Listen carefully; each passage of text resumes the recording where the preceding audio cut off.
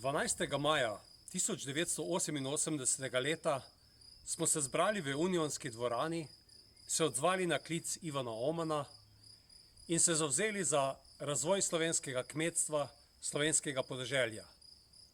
Naši cilji so šli še zelo naprej. Ustanovili smo prvo demokratično stranko v takratni Jugoslaviji in si zadali za cilj, da Slovenci živimo v samostojni državi, v kateri se bodo spoštovale človekove pravice. Naša velika želja je bila tudi, da se Slovenija čimprej pridruži Evropski uniji. To se je tudi zgodilo in danes uživamo sadove našega takratnega dela in članstva v Evropski uniji. V Slovenski ljudski stranki smo se vedno zavzemali za razvoj kmetijstva, podeželja, slovenskih občin in tudi veliko naredili na tem področju.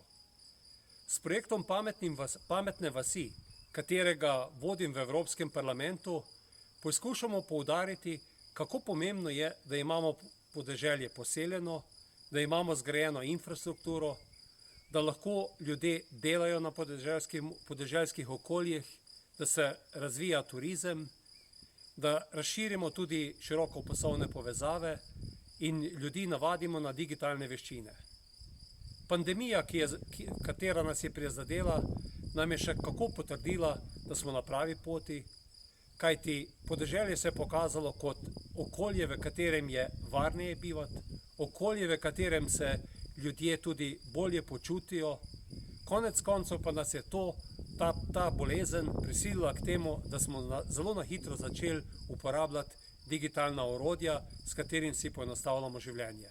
Prepričan sem, da ima projekt tudi v naslednjih letih veliko prihodnost, Slovenska ljudska stranka pa bo v Sloveniji še vedno tista, ki bo na tem področju zelo veliko naredila. Ob 32-letnici naše Slovenske ljudske stranke vam iskreno čestitam in želim lep majski dan.